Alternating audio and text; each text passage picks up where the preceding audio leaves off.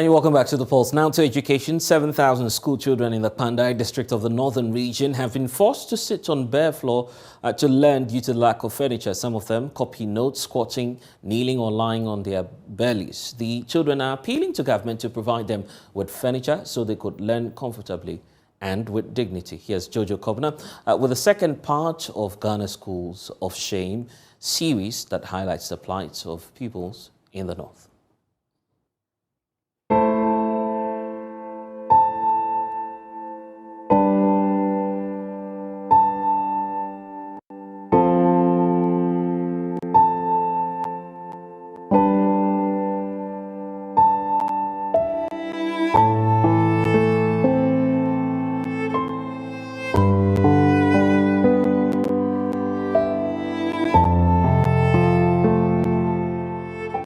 We are not sparing any efforts to make education in Ghana of the best quality and fit for the needs of the 21st century.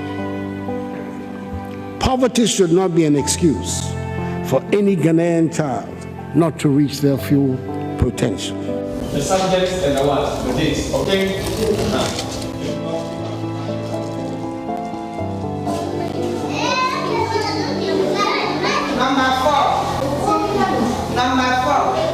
Bashiru Nuruddin speaks for about 7,000 children without desk in the Kpandai district. What is disturbing us is we don't have furniture. Sometimes when we are coming to school, we feel bored. We don't even feel to come to school because we don't have furniture. If we dress and come to school, you come and sit on the floor, your things will be dirty. So we are begging the government to give us chairs. Every morning, these children carry stools and plastic chairs on their heads and head to school. Many of these children have walked several kilometers just to access school.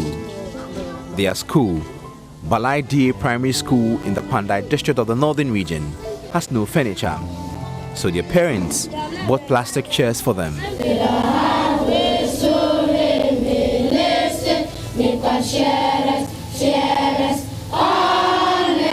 Today is very important to these pupils. They have to write the end of their third term examinations.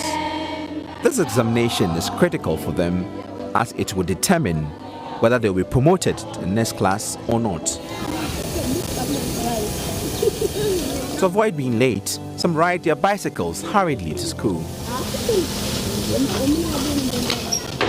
Those who are fortunate settle in their chairs, but the majority of them go down on their knees, not as a form of worship, but to write exams. Those with plastic chairs put their exam papers on their lap and write, while others kneel and put their exam papers on their chairs.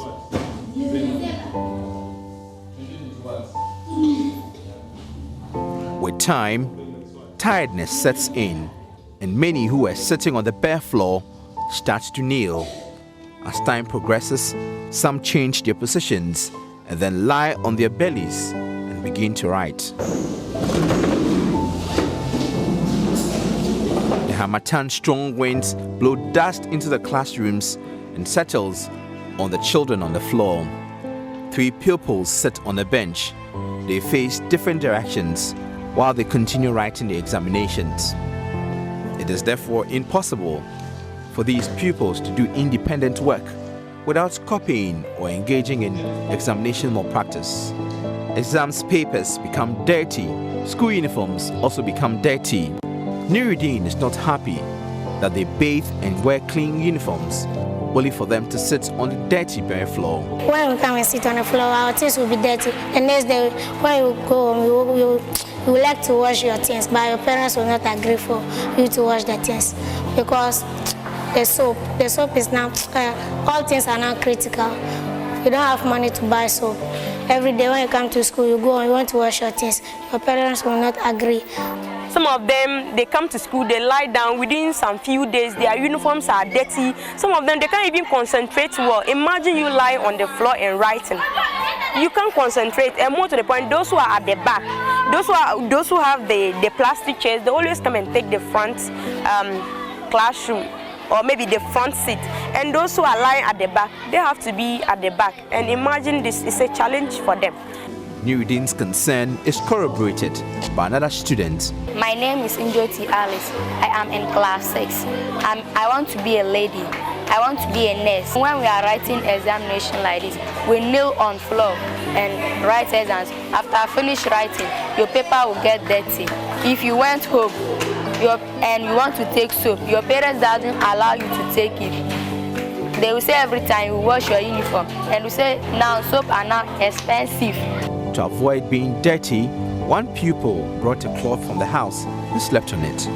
The children admitted that lying on the bare floor makes them lazy and sometimes sleepy. When master is teaching, when we are sitting on the floor, we feel sleeping. We don't feel excited at all. A child lying down and writing, that shouldn't have been the normal position of the child when it comes to the teaching and learning. So if the child is found in that, in that way, then at the end of the day, the child may just be carried away. And before you realize, he or she might be sleeping or maybe off from the teaching and learning activities. Teachers complained the pupils have terrible handwritings because of their sitting posture. Kasim Abdullahi Yajid is the headmaster of Balai Primary School. We reported to the GES office and then copied to the assembly, and they actually assured and promised that they were going to get the furniture for us. They even promised that any little opportunity they get with respect to supplying furniture to the various schools, our school will not be left out. Kindergarten teacher British Biami acknowledges that parents are trying their best to provide for their children, but cannot go the full haul. She wants government to step in. First, when I came, I thought it was only my class, which is KG1, that are, maybe they feel like they are small and they're supposed to be on the floor whilst writing.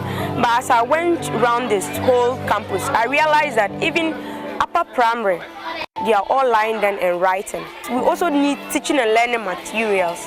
Sometimes, even though they've brought enough, but especially my class, for instance, we need like slates or maybe colors or things that will entice them so that when they come to school and see them, like the next day they'll be coming to school.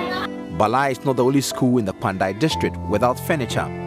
The district education officer of the Kpandai district, Yao Safo, paints a gloomy picture of the furniture situation. For most of the primary schools, they have just 3-unit classrooms. So you find that most of the pupils have classes either under trees or in sheds that are constructed by the communities in which the schools are located. The district assembly over the years has always provided furniture for our schools, and even just this week they have given us 250 dual desks to be distributed to the various schools. So 250 dual desks, it translates into about 500 pupils across the entire district. And the district, as we speak, has a furniture deficit of about 7,000, a little over 7,000. So it means that after distributing the furniture that has been provided, there's still a large deficit to be covered. When they give us class exercise, I'll squat and write. So my knees they will get sore. So I want the government to give us some furniture so that we can sit on them, so that all these things will not happen to me again. If you are looking to be in charge of the economy of this country, inshallah, as vice president and head of the economic management team, one needs to be very familiar with the ground. And I'm doing a lot of these trips to really be able to assess for myself, what is the situation, what are the needs?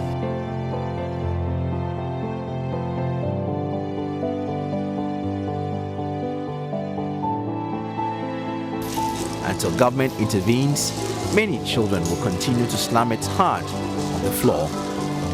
Jojo Kobna, Joy News.